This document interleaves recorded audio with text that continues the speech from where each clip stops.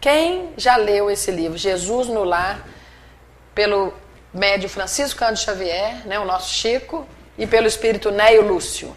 Quem já leu esse livro? 5, algumas páginas. É extraordinário, né? Neio Lúcio é o espírito, não sei se vocês sabem, é o pai do Rômulo Joviano. Rômulo Joviano era o chefe do Chico, né, diretor da Fazenda Modelo de Criação, onde o Chico trabalhava. E depois o Neio Lúcio, né, desencarnou e trouxe para nós essa maravilha. Por quê? A maravilha é o dia a dia de Jesus. Então, é o que eu comecei falando, e pedi a Jesus para nos abençoar, ela já tinha pedido.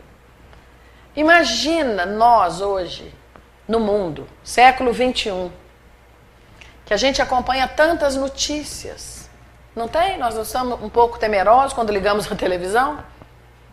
É uma bomba aqui, é um míssil ali, é uma instabilidade de um presidente, né, de uma grande potência como os Estados Unidos, que gerou um medo, não foi? No próprio planeta. Não é? É ver ao vivo um terremoto, ver ao vivo um furacão. E a gente começa aqui, com esse livro, como se tivéssemos uma conversa com Jesus. Imagina Jesus aqui conosco e nós numa conversa simples, porque Jesus é simples. A gente é que complica as coisas. Mas imagina a gente sentado e Jesus no nosso meio. Esse livro, então, é a prática disso.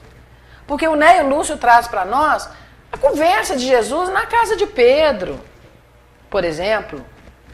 O que eles conversavam, como era.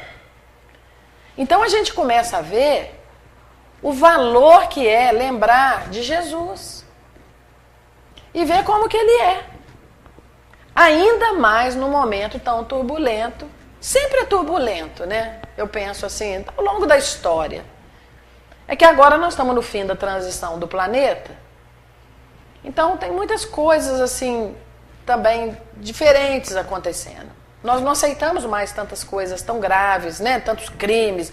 Então quando acontece um crime hediondo, um roubo, né, dessa magnitude que nós estamos acompanhando no Brasil, a gente começa a achar aquilo muito diferente.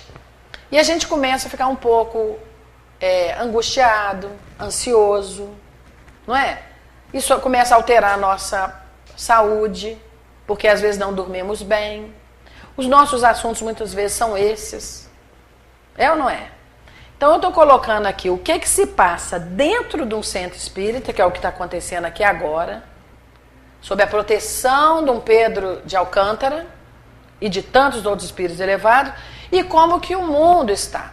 O mundo nunca esteve tão bom quanto agora. Nós sabemos disso, senão não teria evolução. Senão não estaremos passando de um planeta de provas e expiações para regeneração. Só que nós estamos com muita notícia, né? Nós estamos com tudo vindo muito à tona, porque é a hora da separação do joio e do trigo. E nós temos que saber se nós estamos no joio ou no trigo. Com certeza o trigo. Então, nesse momento, nós vamos ler aqui capítulo 1, o culto cristão no lar. É o capítulo 1 desse livro.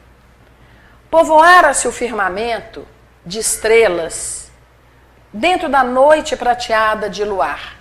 A coisa começa poética. Estava um firmamento, eu pus até uma fotinha. Peraí. Povoara-se o firmamento de estrelas dentro da noite prateada de luar. A gente imagina.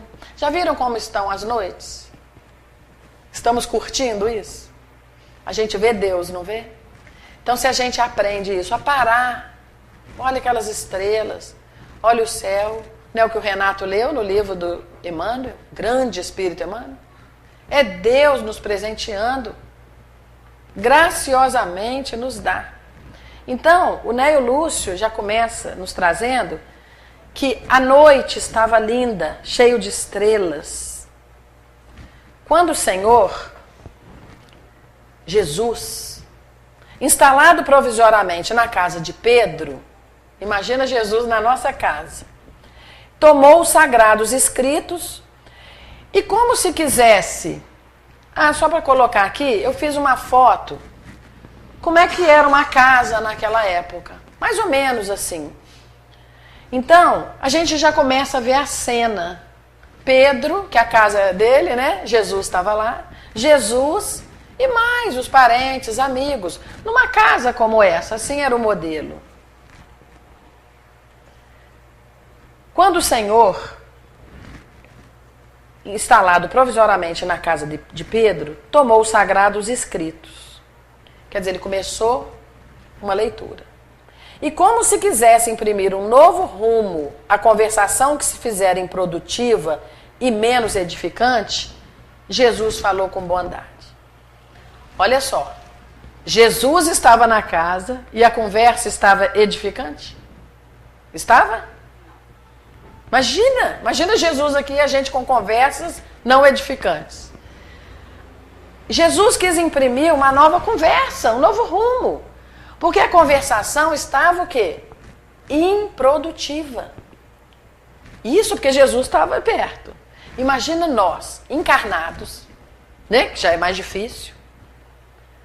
Sem estar vendo Jesus, sem estar enxergando, como que é a nossa conversa? No centro espírita, na nossa casa, no nosso trabalho, na rua, no aniversário. Porque se ali, na casa de Pedro, na presença de Jesus, a conversa não estava, então a gente começa a fazer um paralelo. Como que estava, como que é a nossa conversa? A nossa conversa é produtiva? Ela é edificante? No meio de tantas coisas, como nós começamos aqui a palestra, no meio de tantas coisas, lá fora, quem não é espírita, que começa com conversas, muitas vezes improdutivas, qual que é a nossa postura como espírita? É de transformar aquela conversa em produtiva? É de transformar aquela conversa com temas mais edificantes? Porque aí a gente começa a pesar.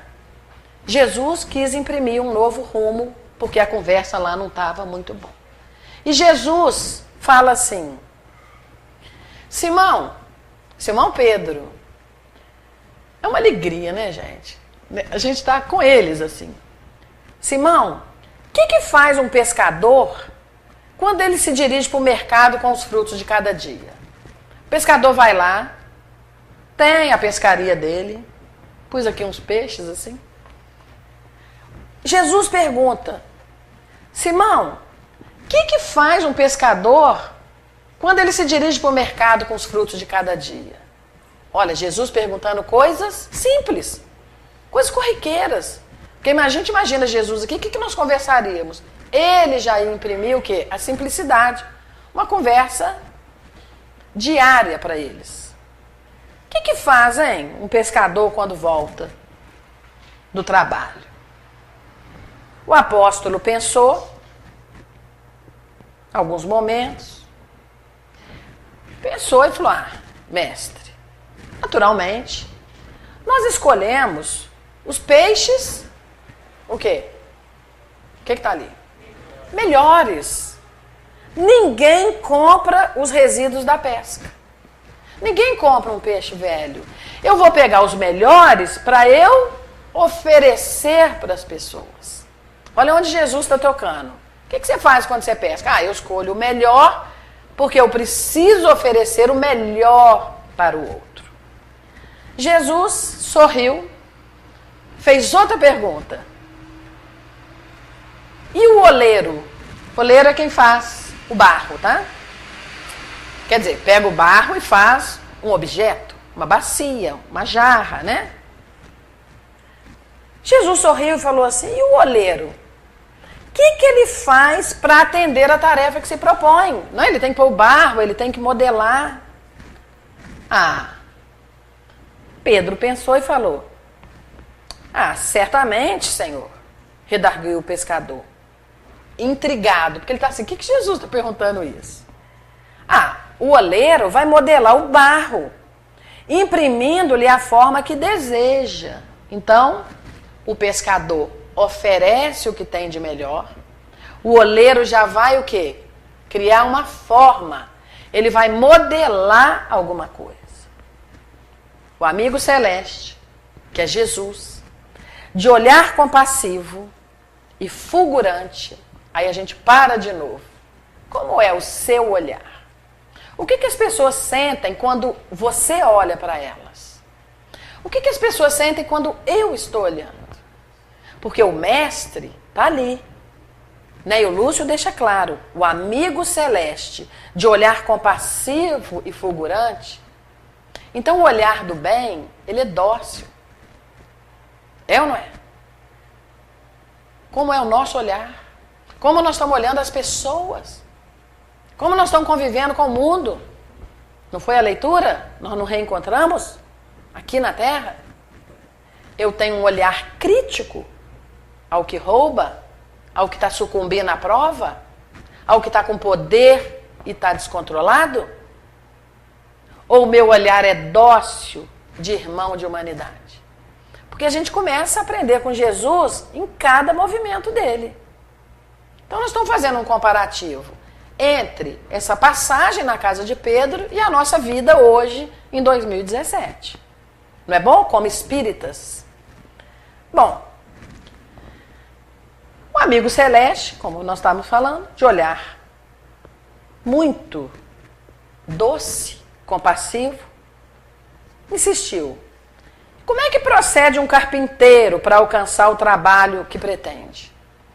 O carpinteiro, que trabalha com a madeira. Nós vimos que o pescador oferece o melhor peixe. O oleiro vai modelar a forma do que ele precisa servir, né? De trabalho. E o carpinteiro, a gente começa a ver aqui que ele falou assim, como que ele faz? O interlocutor muito simples informou sem vacilar. O Pedro já estava gostando da conversa, ele já não ficou mais intrigado. O carpinteiro vai lavrar a madeira, usar o enxó e o serrote, o martelo e o formão. De outro modo, não aperfeiçoará a pedra bruta. Então nós estamos começando a ver coisas simples e que a gente tem que fazer uma comparação. Se eu faço isso, eu ofereço o que eu tenho de melhor? Que forma que eu crio para a minha vida? Será que eu estou aperfeiçoando alguma coisa? Porque quando o carpinteiro pega, ele vai citar aqui na frente, para fazer um barco, ele não tem que modelar aquilo para fazer um barco bonito? Senão o barco vai afundar. É ou não é? E a gente começa a fazer uma autoanálise. É ou não é? Não é a hora de nós fazermos o que nós estamos fazendo aqui? Para que eu vim? Por que eu estou reencarnado? Por que eu estou convivendo com essa família, com esses amigos, com essas pessoas do centro? Por que eu convivo nessa cidade, nesse país maravilhoso, que é o Brasil, coração do mundo, a pátria do Evangelho? Por que eu faço parte no planeta com pessoas, como a gente fica às vezes valorizando o negativo, né? Que é o que chama atenção muitas vezes do noticiário? Por que eu estou agora encarnada? Porque se o carpinteiro vai aperfeiçoar uma peça bruta, e se o oleiro vai criar uma forma, quem cria a forma? Não é o pensamento? Pensamento não é matéria? Pensamento não vai pegar o fluido cósmico universal e vai condensar ou não a nossa volta? O nosso perispírito não é formado dessa nossa mente que pensa e nós absorvemos moléculas do fluido cósmico universal e criamos o nosso perispírito, não é isso? A partir daí, eu modelo tudo que está à minha volta. Estou dando para o oleiro, como oleiro, para as coisas da vida. Como está meu perispírito? Eu vou retornar para o mesmo lugar no mundo espiritual de onde eu vim? Não vale a pena reencarnar. Mas não vale mesmo. Imagina você ter um peso das moléculas do seu perispírito. Reencarna, que é onde a gente vai evoluir mais rápido. É ou não é? É ou não é? Não é na matéria? Aí vamos retornar igual. Então a gente começa o que eu estou oferecendo, o que eu estou modelando, trabalhando o fluido cósmico que é o hausto do Criador, a respiração de Deus, está no livro Evolução em Dois Mundos. Aonde, né, ficam constelações e sóis, mundos e seres, como peixes no oceano, está lá no livro de André Luiz. Nós estamos imersos em Deus. Eu estou absorvendo o que tem de melhor de Deus, porque Deus jorra sobre nós o tempo todo o amor. Ou eu estou com o meu pensamento modelando outras coisas. Então a gente começa a ver que uma profissão simples, como um pescador, um oleiro ou um carpinteiro, nós passamos a trabalhar em cima dessa profissão, no dia a dia. Jesus calou-se por alguns instantes e aduziu. Quer dizer, Pedro respondeu as perguntas simples. Assim também é o lar. Olha a comparação. Ele falou coisas corriqueiras, agora ele trabalha. E nós vamos analisar aqui como é o seu lar, como é a sua casa, como é o meu lar, como é a minha casa. O que eu estou proporcionando nesse lar. Porque Jesus vem e fala assim, assim também é o lar do mundo. A nossa casa. Nós nascemos na nossa casa. Né? Nascemos. Nós temos um lar. Ele falou, olha, assim é o lar diante do mundo. O berço doméstico é a primeira escola e o primeiro templo da alma. Então o lar é a nossa primeira escola, nós nascemos ali. Como que é essa escola? Os pais, muitas vezes, preocupam-se em dar uma formação escolar para a criança. Tem que ter uma boa escola lá fora. Tem que ter um colégio bom, com bons professores lá fora. É ou não é?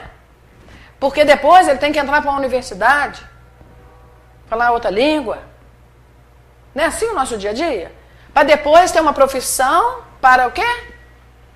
Se sustentar e ganhar dinheiro. É assim que as escolas e universidades funcionam, não é? E os próprios familiares trabalham em cima disso. No livro O Problema do Ser, do Destino e da Dor, vocês já leram? De Leon Denis? Já? A introdução, Leon Denis traz isso para nós. Ele faz uma análise sobre as escolas, universidades e escolas religiosas. E que fala que os professores não tocam num assunto fundamental para cada aluno que vai ali, que é saber o que tem após a vida. O que eu estou fazendo aqui? Quando acaba essa vida encarnada, para onde que vai? Não há esse preparo. E a gente começa a fazer uma análise com Leon Denis que não há esse preparo até hoje. Porque as escolas ainda proporcionam isso e os pais ainda também estão buscando que as crianças, no caso, né, depois adultos na universidade, se preparem com a ciência material.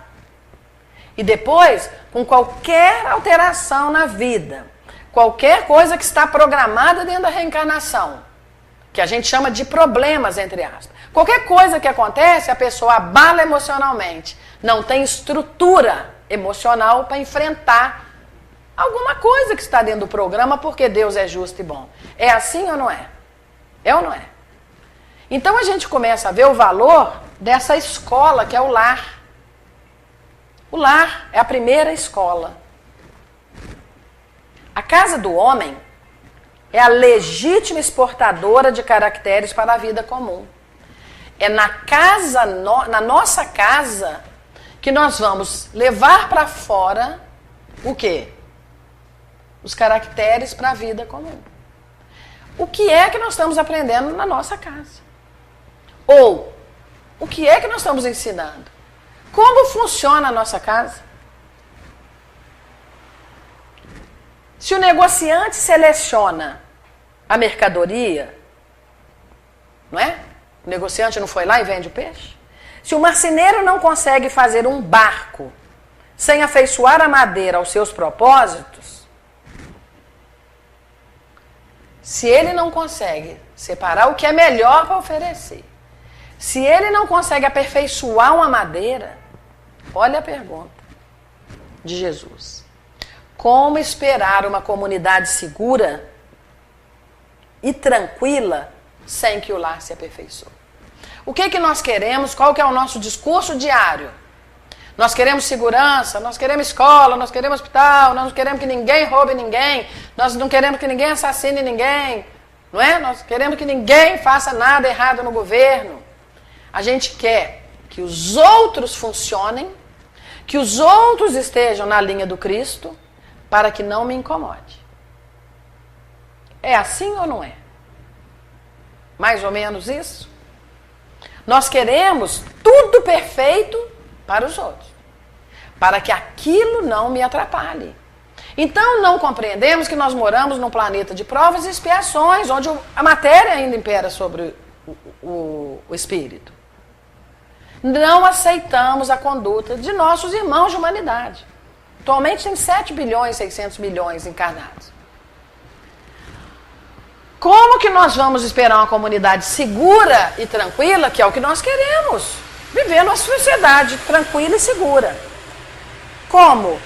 Sem que o lar se aperfeiçoe. É uma pergunta de Jesus. A paz não é o que queremos? A paz no mundo? A paz do mundo começa sob as telhas a que nos acolhemos.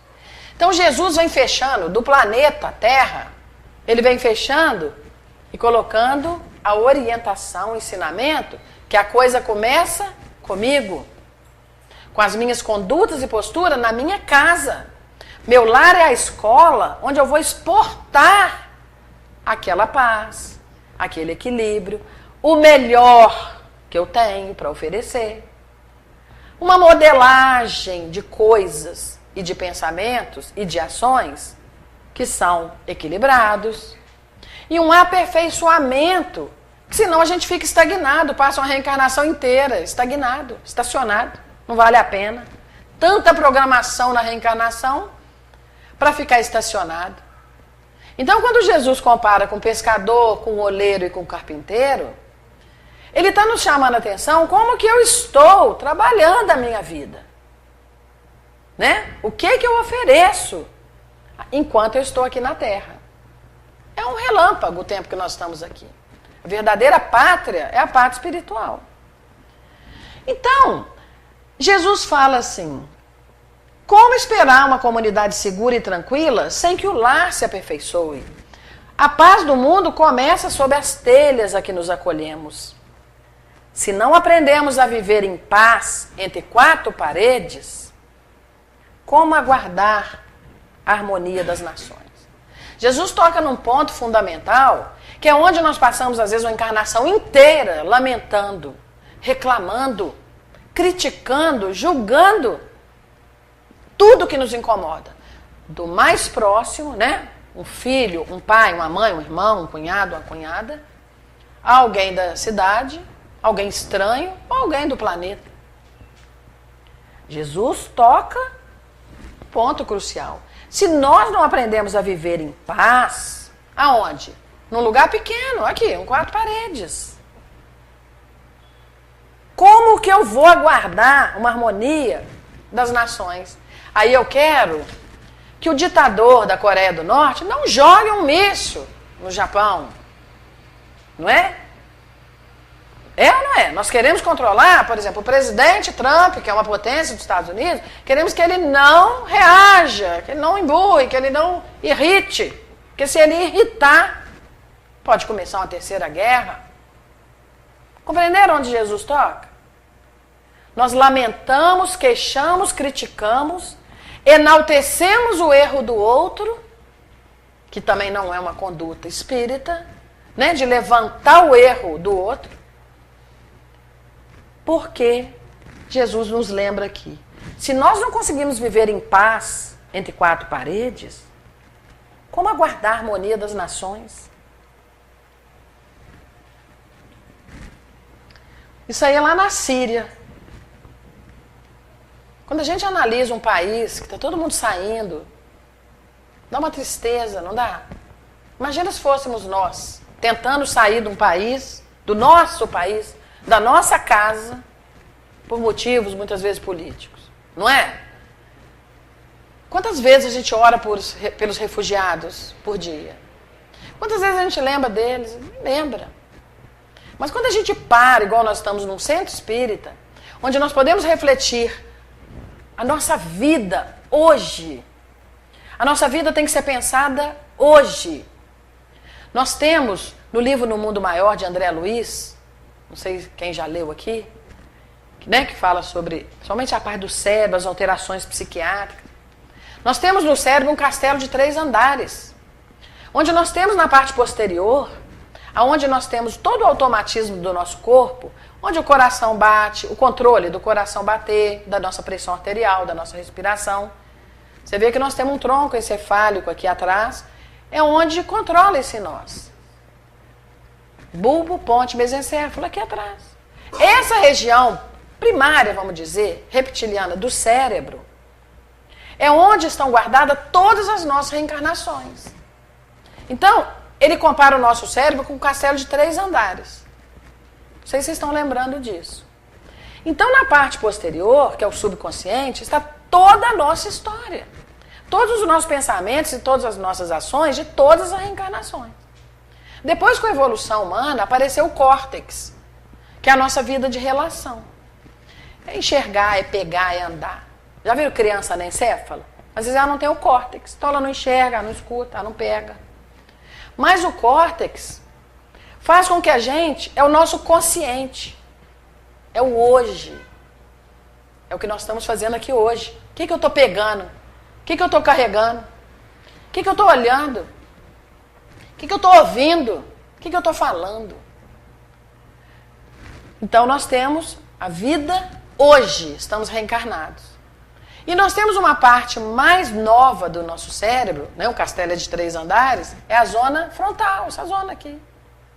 É o superconsciente, é a nossa meta, é aonde queremos chegar.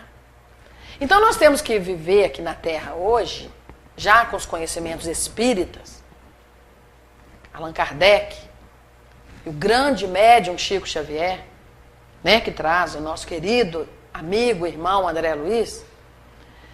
Nós temos que viver hoje, sabemos que tem muita história gritando dentro de nós, muitas ações, muitos pensamentos de várias reencarnações, gritando dentro de nós. É o que nós sentimos, aquelas vontades. São hábitos, muitas vezes repetitivos e cristalizados dentro de nós. Foram tantas reencarnações fazendo a mesma coisa, é ou não é? Que aquilo fica cristalizado.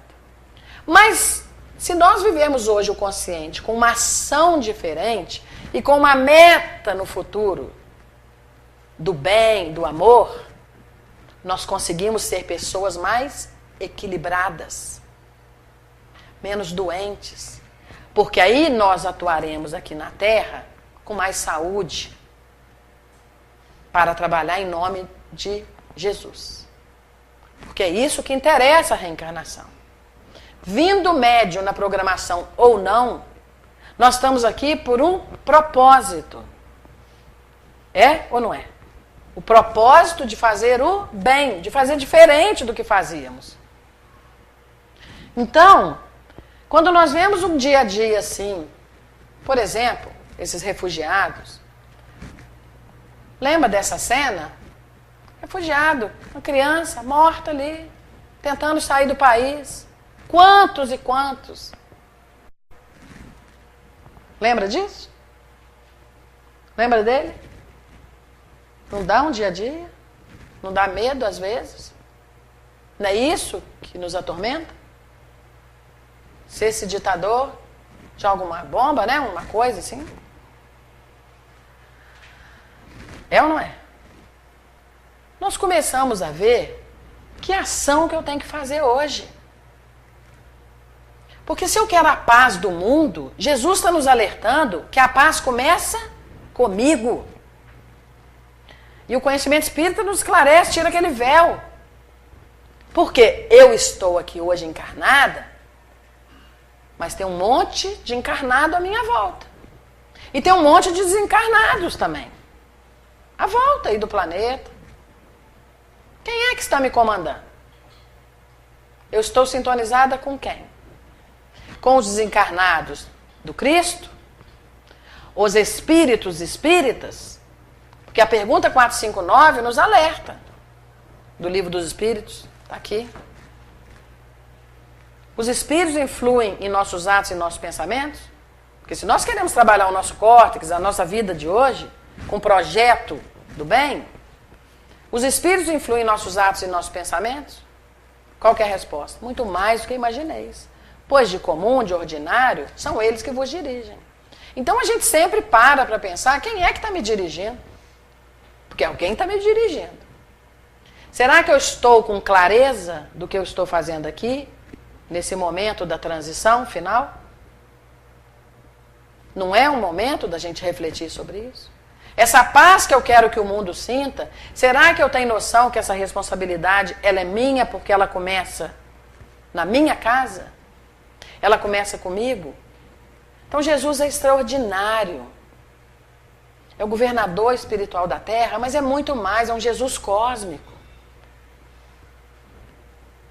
Então a gente começa a ver que se não nos habituamos a amar o irmão mais próximo, o irmão que está associado à nossa luta de cada dia, como que eu vou respeitar o eterno Pai, que é Deus, que nos parece distante? Nós estamos convivendo com pessoas encarnadas. Um pai, uma mãe, um tio, um irmão, um filho, um colega, às vezes mora numa república. Se eu não dou conta de amar aquele que está próximo, porque a evolução é igual uma escada. Eu estou num degrau. Então tem um volume de pessoas que são piores do que eu, espiritualmente falando, na escala espírita, e tem um tanto de espíritos melhores que eu, não tem? Encarnado ou desencarnado. Eu só estou olhando para os que estão abaixo do degrau? Ou eu já estou olhando para os que estão acima e tentando copiar? Esse é o projeto, não é? Deixar que Deus olhe os que estão abaixo de mim, vamos dizer assim, na escala espírita. Mas que eu tenha a consciência e a vontade, que é uma potência imensa, a vontade de fazer diferente, de mudar o meu hábito, de fazer diferente do que eu estou acostumada. Porque se eu acho que o meu jeito é esse mesmo, é bem provável que nós retornaremos igual nós viemos. Então o Espiritismo nos esclarece isso. E Jesus vem trazer. Olha, se eu não habituar a amar o irmão mais próximo, associado na nossa luta de cada dia, como é que eu vou respeitar Deus, que é tão distante, né? Que não é uma pessoa, a inteligência suprema, o criador de tudo. Como eu vou estar me sentindo imersa em Deus se o meu pensamento não é esse? Se eu não estou dando conta do irmão do meu lado que erra. Não é uma análise muito profunda, meus irmãos? Vocês estão gostando? Extraordinário, não é? É para a gente estar adorando. Por quê? Isso é o capítulo 1. Capítulo 1. Jesus ensina. Jesus relanceou o olhar pela sala modesta. Lembra da salinha que eu mostrei a foto? Imagina, nós estamos com Jesus. O Neio Lúcio traz esse livro Jesus no Lar, é como se nós estivéssemos ali. Então Jesus dá aquela olhadinha na sala, provavelmente pequena, né? Uma sala modesta. E Jesus continua. Pedro, ele está na casa de Simão Pedro. Acendamos aqui, em torno de quantos nos procura assistência fraterna, uma claridade nova. Ele faz uma proposta. Lembra que no começo Jesus mudou o rumo da conversa, porque a conversa não era edificante? Ele falou, vamos acender uma luz. Vamos acender uma claridade nova. A mesa da tua casa é o mesmo lar do pão, não é? Não é na mesa que a gente come? Jesus lembra coisas comuns. Quantas vezes a gente senta à mesa com as pessoas, com convidados, com parentes? Ele lembra. Vamos trazer a claridade para essa casa. E é para a gente pensar, né? Eu preciso levar a claridade para minha casa. Ele falou, a mesma mesa da tua casa é o lar do teu pão. Nessa mesa, recebes do Senhor o alimento para cada dia. Nós não temos? Um café, um almoço, um alimento. Quem dá é Deus. Então ele falou, você tem esse alimento na mesa? Nela você recebe do Senhor o alimento para cada dia. Aí vem a grande proposta de Jesus. Eu pus até essa foto assim para a gente ter uma ideia ali da época, né? Vem uma proposta de Jesus. Por quê? Isso aqui eu pus uma foto comum. Por que não instalar ao redor dessa mesa a sementeira da felicidade e da paz? Olha só, na conversação e no pensamento. Porque muitas vezes a conversação, ela pode ser polida. Não pode? A gente fala o que quer. Mas e o pensamento? Então Jesus já faz uma proposta em qualquer lugar que nós estejamos. Mas a proposta é aonde nós estamos, na nossa casa, aonde tem o pão que a gente come na mesa, transformar o nosso lar numa claridade para a gente levar tudo isso para o mundo. E não aguardar que o mundo fique em paz para que eu fique sossegada. E essa mesma mesa onde nós temos o pão, que o Senhor nos dá, nós podemos criar uma sementeira.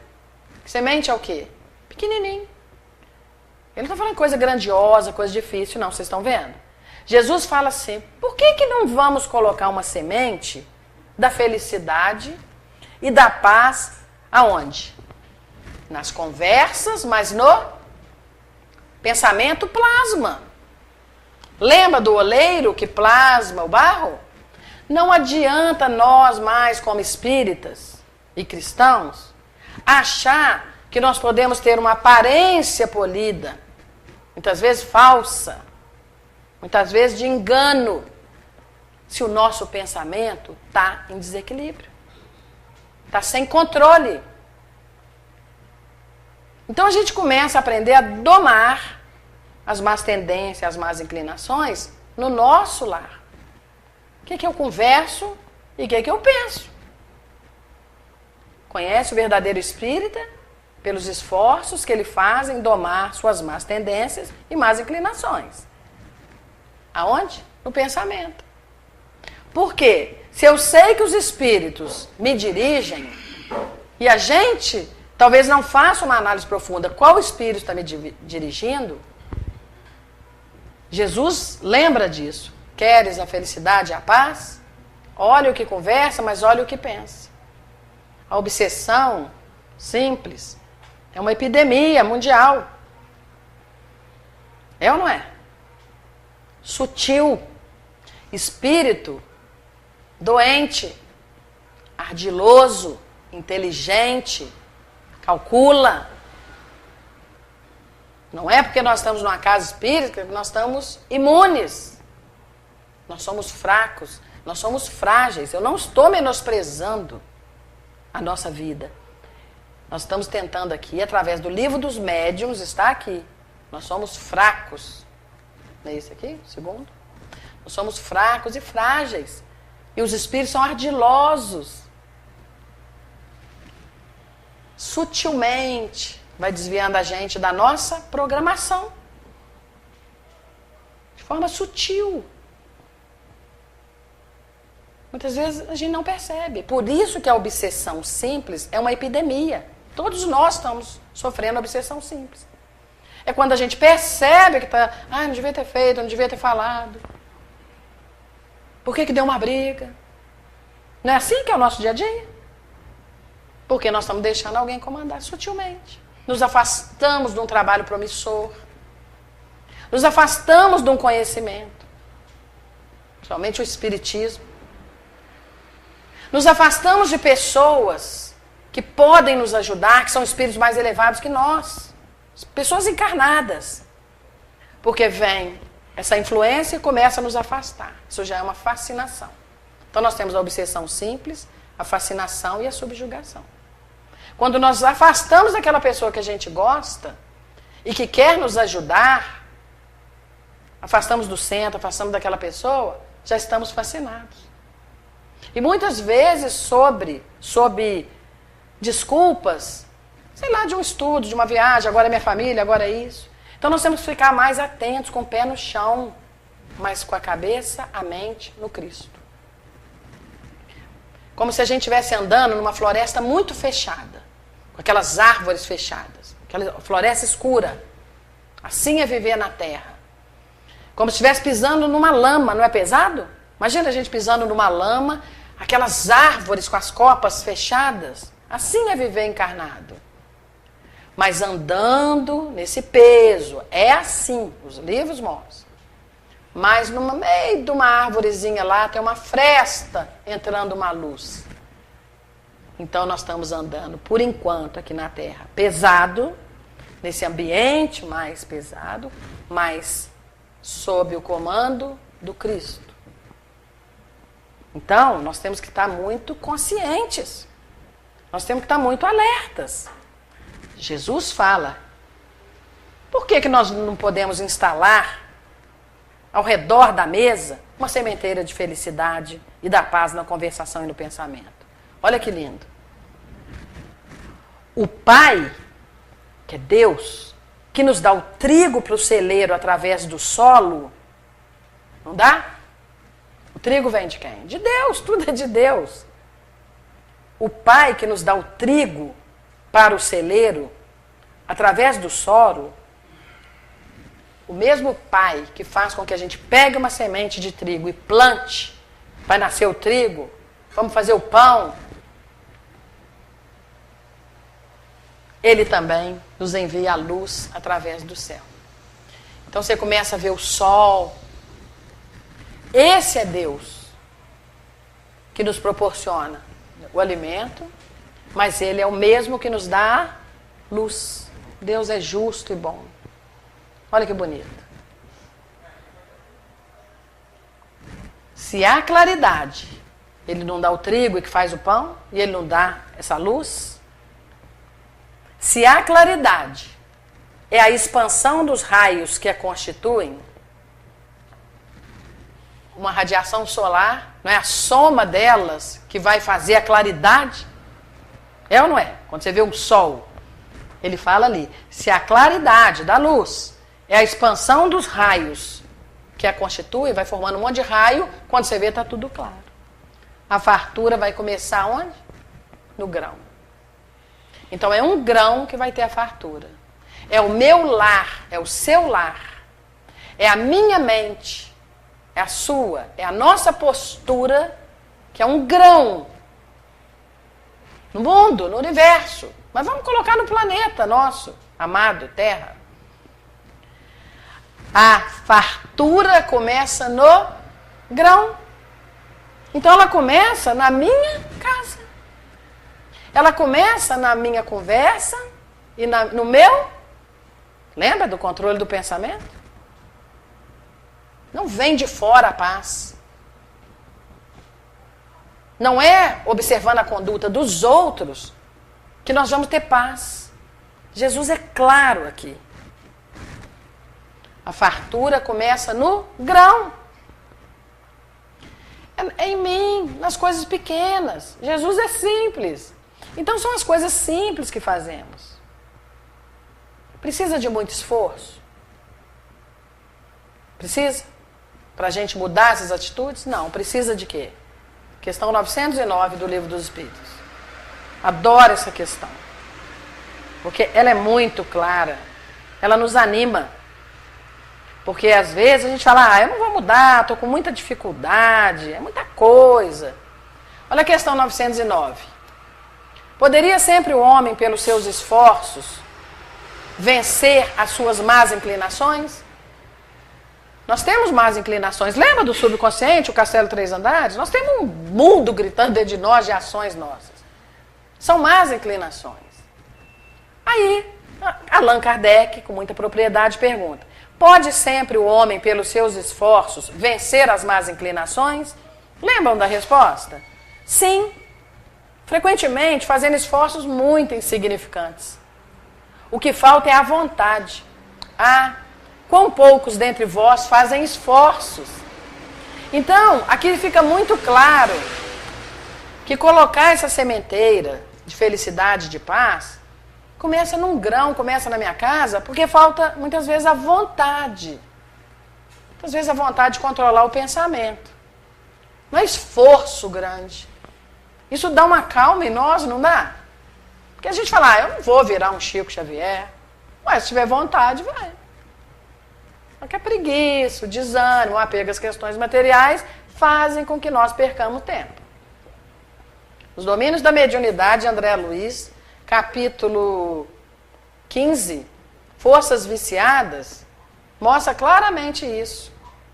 Como que pessoas que vieram programadas por uma coisa, são médios, estão lá num bar, num restaurante, sob jugo da treva. Fala de um escritor, quer dizer, um escritor tem talento, sob comando da treva. Ia lançar lá uma matéria no jornal, mas ele está sob influência da treva, de um espírito que queria prejudicar uma pessoa. Então ele lança uma mentira para aquela moça ficar exposta. Cai no jornal, né, no jornalismo. Então a gente começa a ver tantos casos. Aí vamos terminar sabendo que Jesus nos alertou e faz um convite para que a nossa casa, aonde nós temos a conversa, a volta ali da comida, do pão, que ela possa ser essa claridade. E que não precisa muito esforço, é só uma vontade de confiar que a coisa pode começar em mim, sim, por menor que a gente seja. Mas a fartura começa no grão. Em razão disso, o Evangelho não foi iniciado sobre a multidão. Lembra da casa de Pedro? No caminho, ali uma casa simples. O Evangelho não foi iniciado sobre a multidão, mas sim no singelo domicílio dos pastores e dos animais. Então é numa casa pequena, tem uma luz ali, a outra ali, a outra. Aí sim nós vamos, o que estava escrito lá atrás nesse capítulo, exportar o que nós temos. Bonito, né, meus irmãos? Simão Pedro fitou no mestre os olhos humildes e lúcidos, porque Jesus fez uma proposta. Simão, por que você não faz dessa mesa aqui, onde tem o pão, faz daqui uma claridade, e não com conversas vazias, edificantes, improdutivas? Não foi o convite dele? Para nós, assim? Nós estamos vendo para nós, claro. Simão Pedro, eu fiquei imaginando isso quando eu fico refletindo nesse livro. Imagina a gente olhar os olhos de Jesus, né? Porque ele faz uma proposta, a gente olhar para os olhos dele. Ah lá, Simão Pedro fitou no mestre, os olhos humildes e lúcidos. E como não encontrasse palavras adequadas para explicar-se, ele não sabia nem o que ia falar com Jesus. Ele murmurou, humilde, né? Tímido. Pedro disse assim: mestre, seja feito como desejas. Eu vou fazer. Eu vou obedecer. Eu vou escutar o Senhor, que é um espírito puro, o governador da terra. E não vou dar ouvidos a espíritos doentes. Eu prefiro dar crédito ao Senhor. Porque o Senhor me explicou de forma tão simples o que é a paz, o que é a felicidade, o que é o amor. O Senhor me ensinou a evoluir. O Senhor me ensinou a ser uma pessoa melhor. Não é isso que ele está querendo dizer? Em vez de eu ficar com uma conversa vazia, com perdas de tempo, eu vou trazer a luz de Deus, que é o nosso Pai, para a nossa casa. Com todas as dificuldades de relacionamento. Com todos os reencontros difíceis que nós temos dentro da família, dentro do centro, dentro da cidade, dentro do planeta. Mas ele disse assim: mestre, e ele falou, murmurando, tímido: Senhor, seja feito como desejas. Então, para finalizar, meus irmãos, dá vontade de ler o livro, não dá? Mas Jesus, convidando os familiares do apóstolo à palestra edificante, lembra? Começou Jesus trazendo um novo rumo, porque a conversa não estava edificante e nem produtiva. Aí Pedro aceitou. A gente nota nessa parte que Jesus respeita o livre-arbítrio. Ele não obriga a nada. E nós queremos obrigar as pessoas às coisas. Jesus nunca obrigou ninguém a nada. Mas o Pedro falou, eu aceito, mestre. Né? Eu aceito. Aí Jesus falou assim. Então Jesus convidou os familiares do apóstolo a uma palestra edificante. Aí sim, a uma meditação mais elevada. Aí desenrolou os escritos da sabedoria e abriu na terra o primeiro culto cristão no lar. Extraordinário, né, gente? Extraordinário. Então são momentos como esse que ninguém tira da gente. Nós ficamos aqui menos de uma hora, numa quarta-feira, de paz. Nosso país está em paz. Porque tudo que está acontecendo, nós não podemos esquecer. Jesus está no leme. É uma grande embarcação. Nós estamos todos no mesmo barco. Só que Jesus está no leme. Não está acontecendo nada errado. E assim, Jesus abriu o primeiro culto cristão no lar. Uma joia, uma semente de posturas e condutas simples, fáceis. Só falta uma vontade, o querer. E que Jesus aguarda, né? Ele não nos obriga a fazer. Mas a proposta, né, do livro é trazer no capítulo 1 para que a gente repense e aproveite melhor os nossos dias aqui durante a reencarnação. Principalmente termos uma vida em paz, feliz, prazerosa e tranquila, para que a gente possa estar no aprendizado, no estudo na casa, que com certeza tem grupos de estudos. Temos que aproveitar, senão o ano passa, né? E deixamos uma hora aqui, uma hora ali de estudo, passa e não estudamos. Para que a gente aprenda aqui nessa casa de luz, mas leve para o mundo, para a gente exteriorizar todo o aprendizado, não nas palavras. Ninguém ensina nada a ninguém. Nós não viemos aqui para ensinar, mas sim nas nossas atitudes.